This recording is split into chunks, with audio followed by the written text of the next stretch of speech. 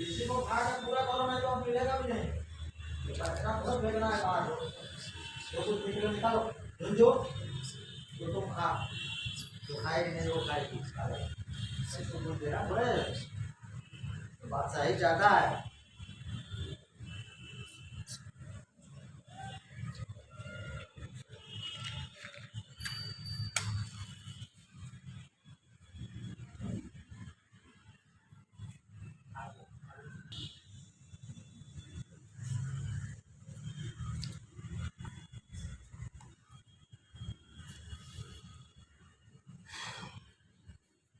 अधिक मास पुरुषोत्तम मास कथा अध्याय 30मो दिवस અમાસ પ્રતિવ્રતા સ્ત્રીના ધર્મો વનવાડિયાની કથા પ્રતિવ્રતા સ્ત્રીના ધર્મો નારદે કહ્યું, હે તપના ભંડાર શ્રી નારાયણ, પ્રથમ આપે પતિવ્રતા સ્ત્રીની પ્રશંસા કરી હતી, તો એવી સ્ત્રીના સર્વ લક્ષણો ટૂંકમાં આપ મને કહો. સૂત બોલ્યા, હે બ્રાહ્મણો, નારદે એમ પતિવ્રતાના ધર્મો કે એવા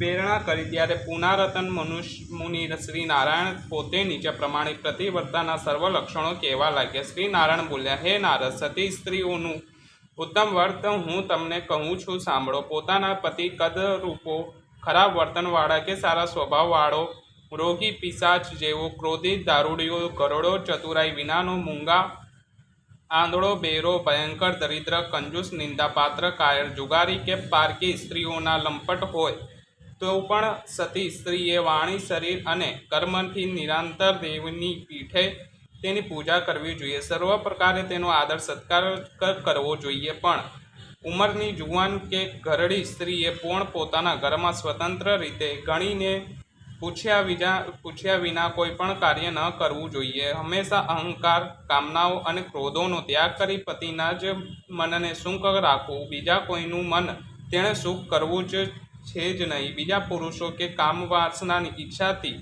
પોતાને જોઈ હોય, મીઠા વાક્યોથી ઘણી લોભાવી હોય છે કે માણસોની ગીર્દીમાં સ્પર્શ કર્યો હોય તો પણ જે સ્ત્રી વિકાર પામતી નથી તે સ્ત્રી પુરુષ પોતાના શરીર પર જેટલા રૂવાંટાના છિદ્રો હોય તેટલા 1000 વર્ષો સુધી સ્વર્ગમાં વસે છે. બીજા પુરુષે ધન વગેરેથી લોભાવી હોય તો પણ જે સ્ત્રી મન, વચન અને શરીર કે ક્રિયાથી બીજા પુરુષને સેવતી નથી તે સ્ત્રી લોકમાં ભૂષણરૂપ ગણાય છે.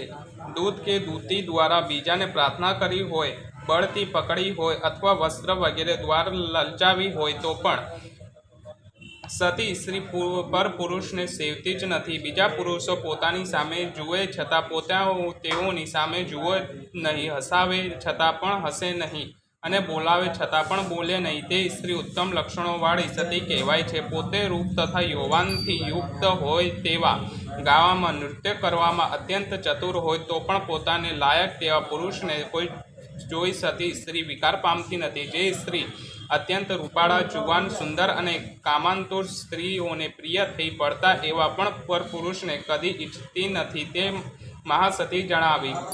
દેવ, ગંધર્વ કે મનુષ્ય જાતિનો કોઈ પણ પર પુરુષ સતીઓને પ્રિય થતી નથી. જેથી હર કોઈ સ્ત્રીએ પોતાનું પતિનું અપ્રિય કદી કરવું નહીં. જે સ્ત્રી પોતાના પતિ જમી લે તે પછી જમે, પતિ દુઃખ હોય તો પણ દુઃખી બને, પતિ સુખ હોય ત્યારે પોતે અતિશય સુખ થાય, પતિ પરદેશ ગયો હોય ત્યારે મેલા કપડાં પહેરે, પતિ સૂઈ જાય પછી સૂવે, સવારના પતિના જાગ્યા પહેલાં જાગી પથારીમાંથી ઉઠી જાય, પતિ મરણ પામ્યું હોય ત્યારે તેની સાથે ચિતાના અગ્નિમાં પ્રવેશ કરે પણ જીવે નહીં અને બીજા પુરુષને મનથી પણ કદી ન ઈચ્છે તે સ્ત્રીને પતિવ્રતા જણાવી છે. સ્ત્રીએ પોતાના સાસુ સસરાની ભક્તિ કરવી, પતિની તો વધારે ભક્તિ કરવી, પતિના ધર્મ કાર્યમાં અનુકૂળ થવું, ધન સંગ્રહ અને અર્થ કાર્યમાં પણ અનુકૂળ રહેવું, ઘર વખરી તથા સસરામાની સફાઈ રાખવામાં દરરોજ ઘણી જ કાળજી રાખવી, પોતાનો પતિ ખેતરેથી ગામમાંથી ઘેર આવ્યો હોય ત્યારે સામે ઊભી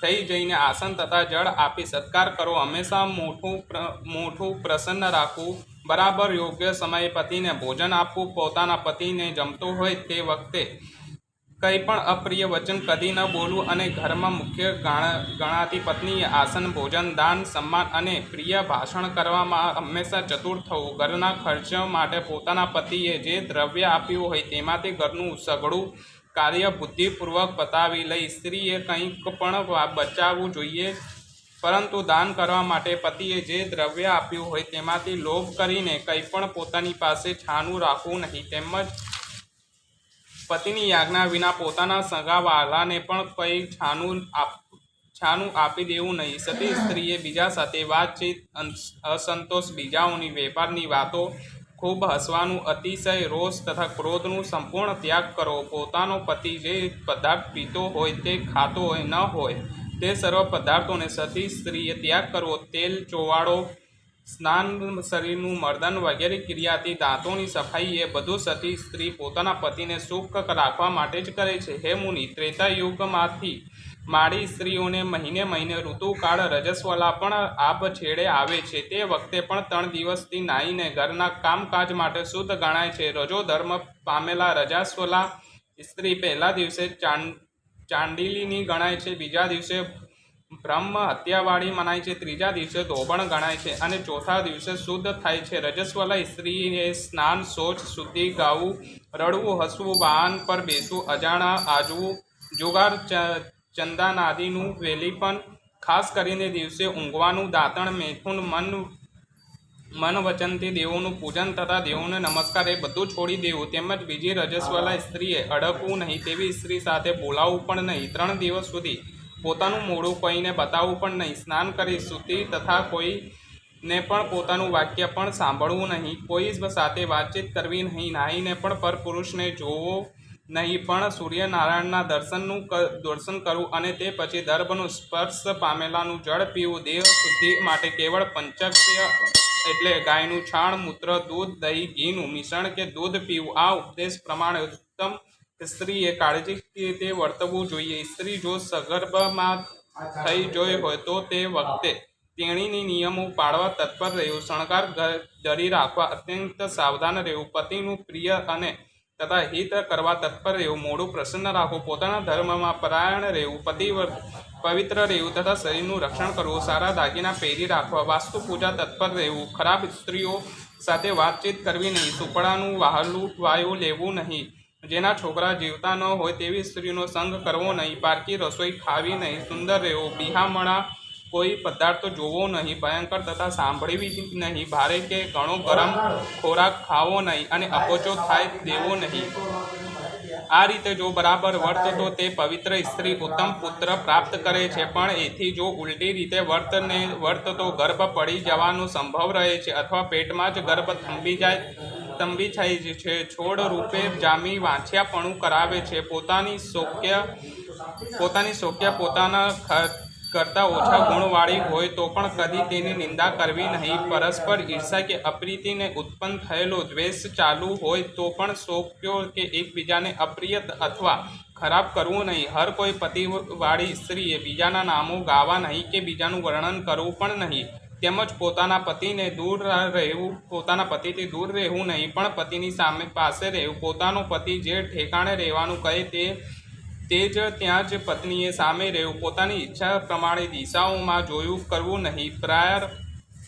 પર્યા માણસોને પણ જોયા કરવું નહીં. વિલાસપૂર્વક ફક્ત પતિની જ મુખ કમળ જોવું. પોતાના પતિ કોઈ વાત કરતો હોય ત્યારે સ્ત્રીએ આદર સહિત તે વાત સાંભળવી. પતિ કંઈ ન કહે ત્યારે તેની આગળ પોતે વંચમાં બીજું કોઈ બોલાવવું નહીં. પતિ જ્યારે રીત કર્મ ક્રીડામાં સ્થાને બોલાવે ત્યારે રતિય માટે ઉત્સુક થઈ તરત જ તેની પાસે જવું. પત્ની કંઈક ગાતો હોય ત્યારે ઉત્સાહ સાથે પ્રસન્ન ચિત્ત સાંભળવું. પતિને ગાતો જોઈ પોતાને આનંદ મગ્ન થવું.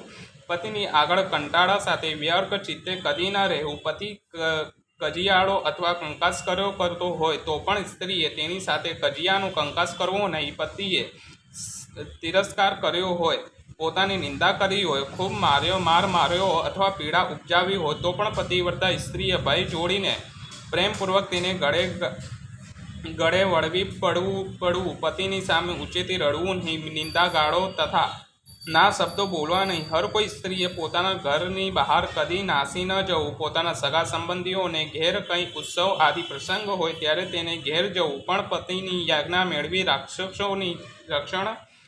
રાક્ષસોના રક્ષણ નીચે જવું. ત્યાં પણ સતી સ્ત્રી બહુ લાંબો વખત ન રહેવું, પણ ત્યાંથી તરત જ પાછા આવવું. પોતાનો પતિ કાર્યકર બહાર ગામ જતો હોય ત્યારે તે સમયે સ્ત્રીએ ખરાબ કંઈ બોલવું નહીં, પણ મંગલ વચન બોલવા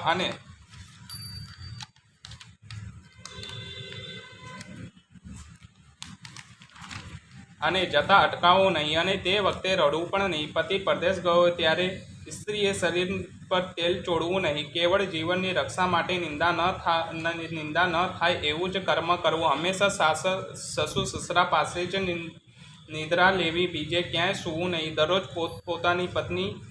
પોતાના પતિની એ ખબર અંતર તેઓની કાળજીથી શોધ્યા કરવા અને તેના કુશળ સમાચાર મેળવવા માટે દૂતોને મોકલ્યા કરવા. પોતાને પતિને સુકળ સમય ઘેર પાછો આવે તે માટે પ્રસિદ્ધ દેવતાઓની પ્રાર્થના કરવી અને માનતા અને બાધાઓ રાખવી. જેના પતિ પ્રદેશ ગયો હોય તે સ્ત્રીએ એમ ઉપર બતાવ્યા પ્રમાણે જ વર્તવું જોઈએ.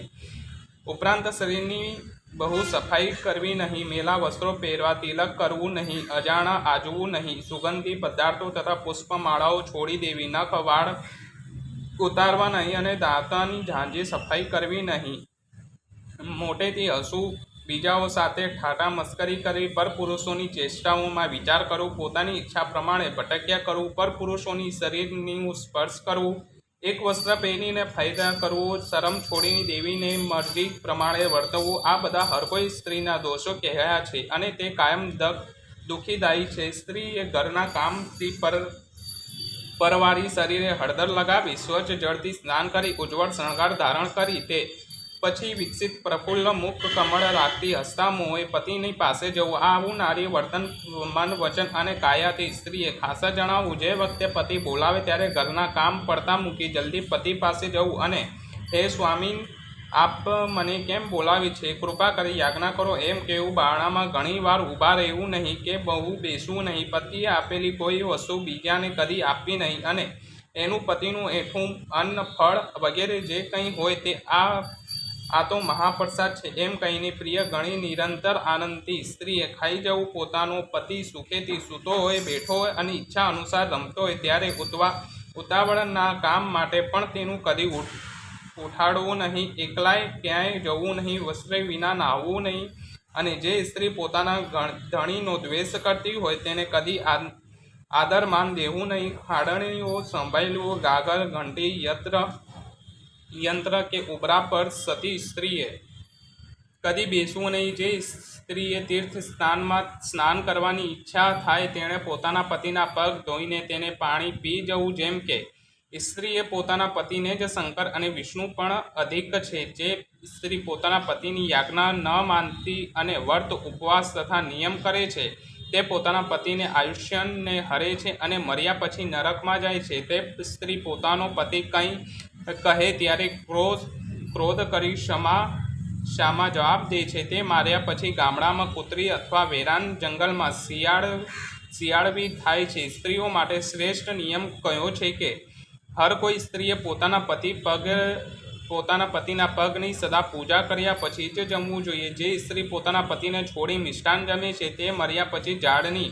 બખોલમાં રહેનારી કુર ધુમાડી થાય છે. જે સ્ત્રી પોતાના પતિને છોડી પરપુરુષ સાથે એકાંત સેવન કરે છે તેને પણ મર્યા પછી ગામડાના કૂતરાની વિષ્ઠા ખાનારી ભૂટણી થાય છે અથવા ઊંધે માથે લટકતી વાળોગી થાય છે. જે સ્ત્રી પોતાના ધણી સામે આકોટા કરી અપ્રિય અથવા ખરાબ બોલે છે તે મૂંગી થાય છે. તેમજ જે સ્ત્રી પોતાની શોકાઈને સદા ઈર્ષા કરે છે તે બીજા જન્મમાં દુર્ભાગણી થાય છે. જે સ્ત્રી પોતાના ધણીને નજર ચૂકાવીને બીજા પરપુરુષ સામે ખરાબ જ છે. જે સ્ત્રી પોતાના ધણી નજર ચૂકાવી પરપુરુષ સામે ખરાબ કામ વાસનાથી જુએ છે તે કાણી, બોડણ, મોડવાળી અને કદરૂપી થાય છે. પોતાના પતિને બહારથી આવેલા જોઈને સ્ત્રી ઉતાવળી પાણી, આસન, પાન, બીડું, પંખો અને પંખપંચી કરે તેમજ અતિશય પ્રિય વાક્યોથી સારી રીતે તેના સેવા કરે તેને વિદ્વાન પુરુષો પતિવ્રતા સ્ત્રીઓને મસ્તક શોભાવનાર રત્નરૂપ કહે છે, કારણ કે પતિ સ્ત્રીઓ દેવ છે, ગુરુ પણ પતિ છે અને ધર્મ તીર્થો વર્તો પણ પતિ જ છે. માટે બધું છોડી દઈ સ્ત્રીઓએ કેવળ એક પતિની જ પૂજા કરવી જોઈએ. જેમાં જીવ વિનાનું શરીર શણાવારમાં અપવિત્ર થાય છે, તેમ ગણી વિનાની સ્ત્રી પણ સારી રીતે નહાયેલી હોય છે તો પણ સદા અપવિત્ર જ ગણાય છે. ગણી વિનાની વિધવા સ્ત્રી સર્વ અમંગળો કરતાં પણ વધારે અમંગળ છે અને તેથી જ વિધવાનું દર્શન તથા કોઈ પણ કાર્યની સિદ્ધિ કદી થતી નથી. ડાયા માણસે પોતાને આશીર્વાદ આપતી એક માતા સિવાય બીજી કોઈ પણ વિધવા સ્ત્રીને આશીર્વાદ સર્વકાળે છોડી દેવો, કેમ કે એ આશીર્વાદ તો શ્રાપ જેવો જ ગણાય છે. વિવાહ સમયે લગ્ન ક્રિયા સમયે બ્રાહ્મણ કન્યા પાસે આ પ્રમાણે જ કહેવડાયો છે કે હું જીવતા કે મરેલા પણ પોતાની ધણી પાસે સદા રહેનારી થાઉં, મને મારા પતિનો વિયોગ કદી ન થાવ. માટે સતી સ્ત્રીએ પોતાના જેમ શરીર તેનો પડછાયો અનુસરે છે તેમ પોતાના પતિના જ સદા અનુસરવું અને ભક્તિથી પતિને જ અનુકૂળ સદા રહેવું. જેમ સાપને પડકારો વાદી બળાત્કારે સાપને તેના દરમાંથી બહાર ખેંચી કાઢે છે, એમ સતી સ્ત્રી પોતાના પતિને યમદૂતો પાસેથી બળાત્કારે ખેંચી લઈ સ્વર્ગમાં લઈ જાય. અને સતી સ્ત્રી પતિ દુષ્ટ કર્મ કરનારા અથવા પતિત કે વંટેલી ગયેલો મહાપાપી અથવા દુરોચારી હોય તો પણ યમદૂતો તેની પાસે સતી સ્ત્રીને જોઈ દૂર નાસી જાય છે. એવા પાઈને પણ યમલોકમાં લઈ જઈ શકતા નથી, કેમ કે સતીના મહાત્મ્યની તે પાપી પુરુષ પણ સ્વર્ગની અધિકારી થઈ ચૂક્યો છે. પતિવ્રતા સ્ત્રી પોતાના શરીર પર જેટલો રૂંવાટાની સંખ્યા હોય તેટલા અબજો વર્ષો સુધી પોતાના ધણી સાથે રમતી સ્વર્ગનું સુખ ભોગવે છે. પોતાના શિયાળનો ભંગ કરી દુરાચાર કરતી દુષ્ટ સ્ત્રીએ પોતાનો પતિ અને પિતા બંને કુળને નીચે પાડે છે અને પોતે પણ આ લોકમાં પરલોકની દુઃખી થાય છે. જે સ્ત્રી પોતાના ધણી અહ્યાત હોય તે વખતે દેવયોગ પતિને અનુસરી શકતી નથી, એટલે તેનો સેવા કે યાજ્ઞાનો પાલન કરી શકતી નથી. ધણીના મર્યા પછી તેની સાથે અગ્નિમાં પ્રવેશ કરી ધણીજની પાછળ જઈ શકાતી નથી. તેણે એ સ્થિતિમાં પણ પોતાનું શિયાળનું સારી રીતે રક્ષણ કરવું, કેમ કે શિયાળનો ભંગ કરવાથી હર કોઈ સ્ત્રી નીચે નરકમાં જ પડે છે. સ્ત્રી શિયાળનું ખંડન કર્યા તેનો પતિના અને પિતા બંને સ્વર્ગમાંથી નરકમાં પડે છે, એમાં ફેરફાર નથી. તેમજ વિધવા સ્ત્રીએ અંબોળો કે ચોટલો ગૂંથીને બાંધે તો તેના પતિને પરલોકથી નરકની અંદર બંધન થાય છે. એટલા માટે વિધવા સ્ત્રીએ કાયમ માથું મુંડાવી નાખવું જોઈએ અને હંમેશા એક જ વખત ખાવું જોઈએ, પણ બીજી વખત ખાવું જોઈએ નહીં. વળી વિધવા સ્ત્રીએ જો પલંગ કે ખાટલા પર સૂવે તો પણ તે પતિને નરકમાં પાડે છે. માટે તેણીએ પોતાના પતિને પરલોકમાં સુખ થાય એવી ઈચ્છા રાખી જમીન પર જ સૂવું જોઈએ, તેમજ શરીર પર તેલ ચોળવું જોઈએ નહીં. નાગરવેલનું પાન બીડું ખાવું નહીં. અત્તર વગેરે સુગંધી પદાર્થો ઉપયોગ કદી કરવો નહીં. વિધવાએ પોતાની પતિની પાછળ પતિના પિતાનું અને તેના પિતાનું નામ તથા ગોત્ર ઉચ્ચારીને હંમેશા દર્ભ તલ નાખેલા જળથી તર્પણ કરવું, તેમજ દરરોજ ધોળા કપડાં પહેરવા, અને નહીં તો એના પતિ રૌર નરકમાં જાય છે. એમ નિયમો પ્રમાણે જો વર્તતો વિધવા સ્ત્રી પણ પતિવ્રતા જ મનાય છે. દેવતાઓ સહિત સર્વ લોકોમાં સ્ત્રીઓ માટે તેઓના પતિ સિવાય બીજો કોઈ પણ ઈષ્ટદેવ ગણાતો નહીં, કારણ કે જેના પતિ પ્રસન્ન રહે છે તે સ્ત્રી સર્વ કામનાઓ પ્રાપ્ત કરે છે, અને જેનો પતિ કોપાયમાન થાય છે તે સ્ત્રી પોતાના સર્વ કામનાઓ સંપૂર્ણ નાશ કરે છે. પતિવ્રતા સ્ત્રી પોતાના પતિ થકી સંતાનો, વિવિધ ભોગો, સભ્ય આસનો, અદ્ભુત ભોજનો, વસ્ત્ર, સુગંધી પુષ્પો અને સુગંધી પદાર્થો પ્રાપ્ત કરે છે. એટલું જ નહીં પણ આ લોક તથા પરલોકમાં અનેક પ્રકારની કીર્તિઓ મેળવે છે. શ્રી બ્રહ્મ નારદીય પુરાણ મહાત્મ્યનો પતિવ્રતા સ્ત્રીનો ધર્મો નામનો 30મો અધ્યાય સંપૂર્ણ. વનડિયાની કથા. 7 ભાઈ હતા. એમને એક બહેન હતી. બહેન ધર્મ ભાવનાવાળી હતી, ભગવાનની ભક્તિ કરવાની અને લગની લાગી હતી. તેથી એક દિવસ 7 ભાઈઓ અને ભાભીઓ પોતાને આજીવન કુંવારા રહેવાનો સંકલ્પ કર્યો છે. તેમ જણાવી દીધું. પછી બહેનો તો વર્ત વર્તુલા કરે છે અને ધર્મ ધ્યાન કરે છે. ભાઈઓ અને ભાભીઓ બહેનને ક્યાંય આડો થાય વાળે નહીં, બહેનનું મન કોંચવાય એવું બોલે નહીં અને બધી વાતો બહેનને જાળવે. બહેન પણ ભાઈઓ અને ભાભીઓને કામનામાં વ્યવહારમાં માથું મારે નહીં. બહેને તો એક વખત હું ભલીને મારું ભગવાન બોલું, આખે ગામ બહેનને માનથી બોલાવે, એમની મર્યાદા સાચવે. આમ બહેને પોતાને ભગવાનની ભક્તિ કરે છે. જેવામાં અધિક માસ આવ્યો અને બહેને અધિક માસ નાહવાનું અને પવિત્ર પુરુષોત્તમ માસનું વ્રત કરવાનું નિયમ લીધું. સાથે ભાઈ અને ભાભીઓ પણ નામ લીધું અને આમ સૌ સાથે જ નદીએ નાહવા ગયા. કાંઠા ગોરમાનું પૂજન કરી દેવ દર્શને ગયા અને દાન પુણ્ય કર્યું. ઘેર આવી એકટાણું જમ્યું. આમ આખે દિવસ ભગવાનની ભક્તિ કરી. આમ કરતા પુરુષોત્તમ માસ પૂરો થયો. વ્રતના ધૂમધામથી ઉજવણું કર્યું. બ્રાહ્મણોને ભોજન કરાવ્યું, અન્નદાન વસ્ત્રદાન કર્યું અને દક્ષિણા આપી. પછી સાથે ભાભીઓ અને બહેનોએ કહ્યું, બહેન એકમ છે, એકમના દિવસે વનવાડિયાનું વ્રત કરી વાર્તા સાંભળવી જોઈએ. માટે ચાલો વાર્તા સાંભળી. બહેને ભાભી અને ભગવાન સિવાયનું હું બીજા કોઈને પણ દેવતાય પુરુષનું ધ્યાન ધરતી નથી. મારે તો મારા ભગવાન ભલા અને એમની ભક્તિ ભલી. તમારે જાઓ અને વાર્તાઓ સાંભળો. બહેનો આવી વાર્તાવા અને વનવાડિયાની દેવની ક્રોધ આવ્યો. પોતાનો અનાદર કરનારે દંડ દેવો જોઈએ. એમ ક્રોધમાં આવી વનવાડિયા દેવ બહેન કલંકિત કરવા તૈયાર થયા. રાત્રિના સમયે વનવાડિયાએ બહેનને ઓરડામાં ગયો અને બહેનની પથારીમાંથી સુગંધિત દ્રવ્યો છંટકાવા કરી. પથારીની આસપાસ ફૂલો વેરી બહેને શિક્ષા કરાવવા વનવાડિયાએ આવો પેત્રો રચ્યો. બહેને આ વાતની ખબર નથી. એ તો વહેલો ઉઠી રોજના નિયમ પ્રમાણે નદીએ નાહવા ગયો. અહીં ભાભીઓ બહેનને પથારી સંકલાવે આવે ત્યારે આખો ઓરડો સુગંધિત અને મહેકતો હોય. ત્યાં જે ફૂલો વેરાયેલો પડ્યા હોય. આવી વાત કંઈ છાની રહે. એકબીજાના કાનોથી આખે ગામમાં ફેલાઈ ગઈ. ગામના લોકો કાન ફૂંસિયા કરવા લાગ્યા. આમ વાત ધીરે ધીરે ભાઈઓના કાનમાં ગઈ. સાથે ભાઈઓમાં મોટા ભાઈ ઘણા સમજુ હતા. તેણે વિચાર કર્યો કે જે બહેન અમારા માટે આજીવન કુંવારા રહી પ્રભુ ભોજન કરવું એવું વ્રત લીધું હોય તો કાળું કર્મ કરે જ નહીં. માટે એમાં કંઈ રહસ્ય નક્કી જ છે. આમ છતાં તેણે બહેનને એકાંતમાં પૂછ્યું તો બહેન કહે, ભાઈ, મને પૂછ્યા વગર તારા આત્માને જ પૂછીને કે મારી બહેન કાળા કર્મ કરે ખરી? બસ ભાઈને થયું કે બહેન નિર્દોષ છે એટલે હવે શોધવું જ પડશે કે આવું બધું કોણ કરે છે. બહેનને કલંકિત કરવાનું કારણ શું છે એટલે પોતાના 6 નાના ભાઈઓને સમજાવું. સૌ ઊંઘી ગયા એટલે બહેન ઓરડાની આસપાસ સંતાઈ ગયા. અડધી રાત્રિએ સમય થયો અને વનડીઓ આવ્યો. શરીરના ઝાડની છાલ પર પાંદડા વીંટાળી છે.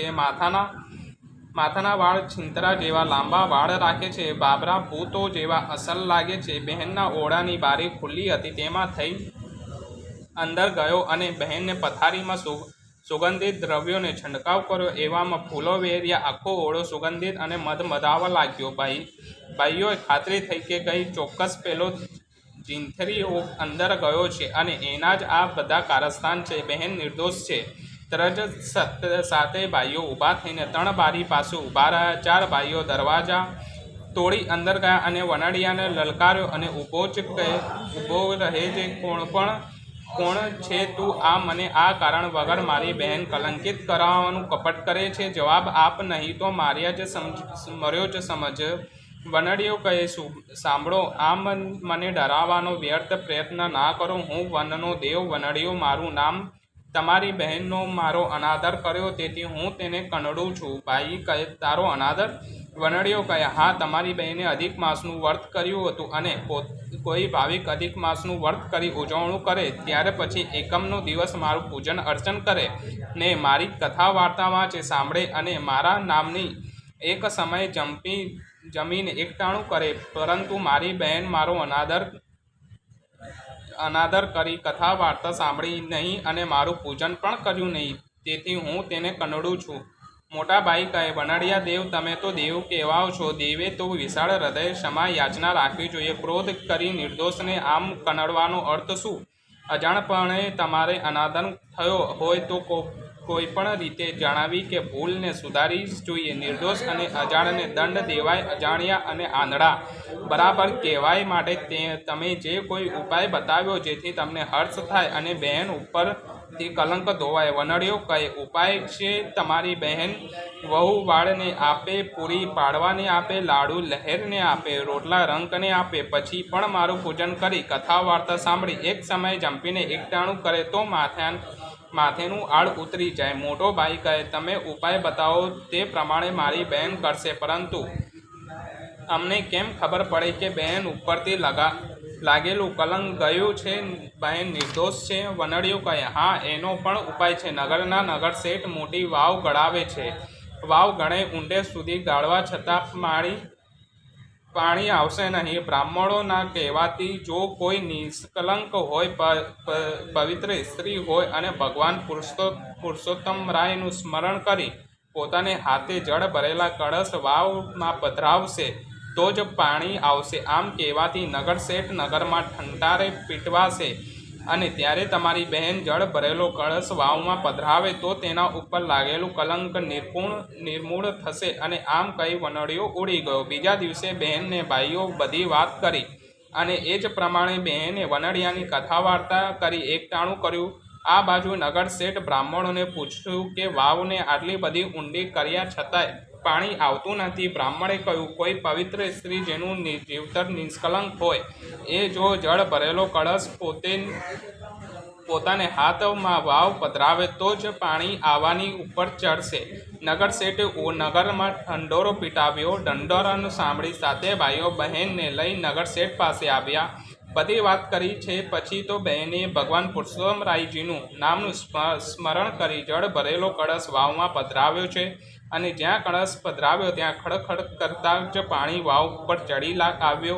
હર્ષનાદ થયો. બહેનનો જય જયકાર થયો. નગરના લોકોને ખાતરી થઈ કે બહેન તદ્દન નિર્દોષ છે, નિષ્કલંક છે. આમ બહેનના માથેથી કલંક ગયું.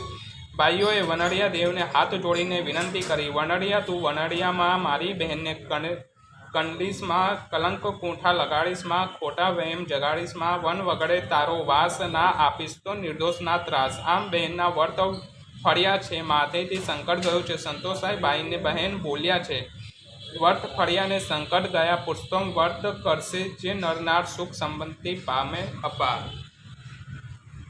બોલ શ્રી પુરુષોત્તમ ભગવાન કી જય.